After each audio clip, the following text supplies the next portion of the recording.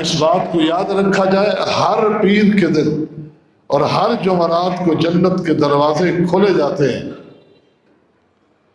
وَيُغْفَرُ لِكُلِّ عَبْدٍ لَا يُشْرِكُ بِاللَّهِ شَيْئًا،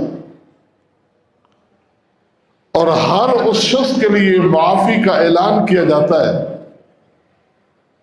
جو شرک اللہ تعالیٰ کی ذات کے ساتھ، صفات کے ساتھ کسی طرح کے شرک میں مرتکب نہ ہو، شرک کسی طرح کا بھی نہیں کرتا،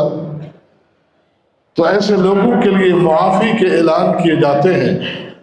سوائے ان لوگوں کے کہ بینہ و بین اخیہ شحنہ، مشرک نہیں ہیں لیکن آپس میں رنجشیں ہیں، دل کینے سے، بغض سے بھرے ہوئے ہیں ایک دوسرے کے بارے میں. اللہ تعالیٰ فرشتوں سے کہہ دیتے ہیں انظروا ہذین حتی یصطلحا، انظروا ہذین حتی یصطلحا، 3 بار حکم ہوتا ہے انتظار کرو،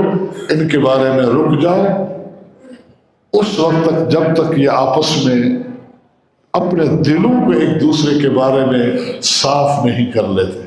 صلح نہیں کر لیتے.